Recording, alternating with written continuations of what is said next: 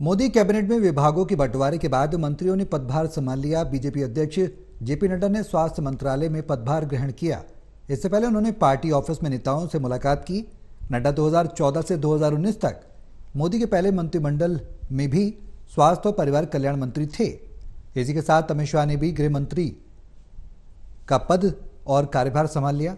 शाह ने कार्यभार संभालने से पहले नेशनल पुलिस मेमोरियल में शहीद पुलिसकर्मियों को श्रद्धांजलि दी थी।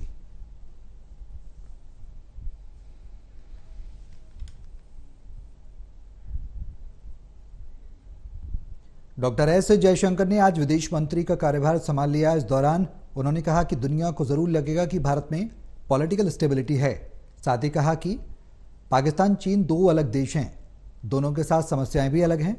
नवाज शरीफ साहब ने जो पोस्ट किया उस पर प्रधानमंत्री ने अपनी प्रतिक्रिया दे दी है। आज भारत जो है सचमुच उनका मित्र है। अब उन्होंने देखा है कि संकट के समय में कि अगर एक देश ग्लोबल साउथ के साथ खड़ा है तो वो भारत है। उन्होंने देखा है कि जब G20 की अध्यक्षता के समय में हम लोगों ने अफ्रीकन यूनियन की सदस्यता को आगे किया था तो दुनिया हम पर विश्वास करती है और हमारी जिम्मेदारियां भी बढ़ रही हैं। तो हमें विश्वास है कि मोदी जी के नेतृत्व में भारत की जो पहचान जो है दुनिया में वो बढ़ेगी जरूर। और UNSC का सवाल आपने उठाया, पर उसके अलग अलग और भी पहलू हैं और मुझे पूरा विश्वास है कि उनके नेतृत्व में मोदी 3.0 की विदेश नीति जो है बहुत सफल है। अश्विनी वैष्णव ने रेल मंत्री के रूप में कार्यभार संभाल लिया। इस दौरान उन्होंने कहा कि प्रधानमंत्री को एक बार फिर से जनता ने आशीर्वाद देकर सेवा का मौका दिया। इससे रेलवे का एक बड़ा रोल इसमें रहेगा। प्रधानमंत्री ने 10 सालों में रेलवे में बड़ा सुधार किया है। रेलवे हमारे देश की अर्थव्यवस्था की मजबूत रीढ़ की हड्डी है, इसलिए रेलवे को केंद्र करके रखा गया। एक भावनात्मक संबंध है। इस विजन को आगे बढ़ाने की जिम्मेदारी मुझे दी गई है। फिर आशीर्वाद देकर देशवासियों की सेवा का जो एक मौका दिया है उसमें रेलवे का बहुत बड़ा एक रोल रहेगा। आप जैसा जानते हैं पिछले 10 वर्षों में प्रधानमंत्री श्री नरेंद्र मोदी जी ने रेलवे में बहुत बड़े सुधार किए हैं। रेलवे का इलेक्ट्रिफिकेशन हो, नई पटरियां बनानी, नए तरह की ट्रेन्स लानी, स्टेशंस का रीडेवलपमेंट, ये 10 वर्षों की प्रधानमंत्री श्री नरेंद्र मोदी जी की बड़ी उपलब्धियां हैं। और रेलवे को एक इसलिए फोकस पे रखा है प्रधानमंत्री जी ने क्योंकि रेलवे साधारण नागरिकों की, आम नागरिकों की सवारी है और अपनी देश की अर्थव्यवस्था की एक बहुत मजबूत रीढ़ की हड्डी है। इसीलिए रेलवे पे बहुत फोकस है। मोदी जी का भावनात्मक संबंध है रेलवे के साथ।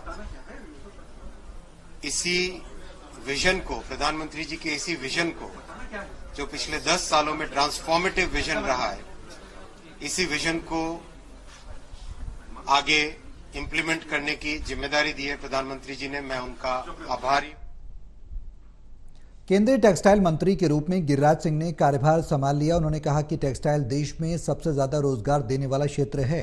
प्रधानमंत्री नरेंद्र मोदी के निर्देश में और उनकी आकांक्षाओं के अनुरूप टेक्सटाइल क्षेत्र को और आगे लेकर जाएंगे। उन्होंने ये भी कहा कि टेक्सटाइल क्षेत्र कहीं ना कहीं किसानों से भी जुड़ा है। टेक्सटाइल के क्षेत्र में दुनिया में भारत का अच्छा योगदान है। भविष्य में भी टेक्सटाइल से देश में सबसे ज्यादा लोगों को रोजगार मिलेगा। आज तो काम संभाले हैं और देश के अंदर में टेक्सटाइल सेक्टर एक ऐसा सेक्टर है जहां सबसे ज्यादा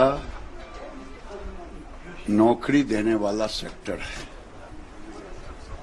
और आज दुनिया में भी ठीक है, एक अच्छा सेजेबल हम एक्सपोर्ट में भी शेयर है। तो आज प्रथम दिन है। मैं आपको इतना ही कहूंगा कि टेक्सटाइल आने वाले दिन में देश के आकांक्षाओं के अनुरूप प्रधानमंत्री के दिशा निर्देशन में हम सब इसको ले जाने का काम करेंगे, क्योंकि ये किसान से भी जुड़ा हुआ है।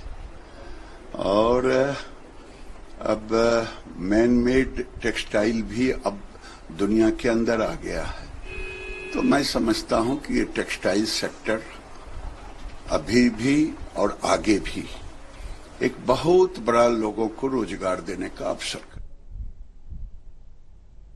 चिराग पासवान ने खाद्य प्रसंस्करण उद्योग मंत्री का कार्यभार संभाल लिया। केंद्रीय मंत्री चिराग पासवान ने नए मंत्रिमंडल में खाद्य प्रसंस्करण उद्योग मंत्री का कार्यभार संभाल लिया है। कार्यभार संभालते उन्होंने कहा कि प्रधानमंत्री ने जो जिम्मेदारी दी उसे ईमानदारी से निभाने के संकल्प के साथ यहां आया हूं। फूड प्रोसेसिंग एक बड़ी जिम्मेदारी है। आने वाला समय फूड प्रोसेसिंग का ही है। मैं मेरे पिता रामविलास पासवान से सीखते हुए, उनकी सोच को आगे बढ़ाते हुए और प्रधानमंत्री के विकसित देश के संकल्प को पूरा करने के उद्देश्य से इस विभाग की एक अहम भूमिका भी देखता हूं।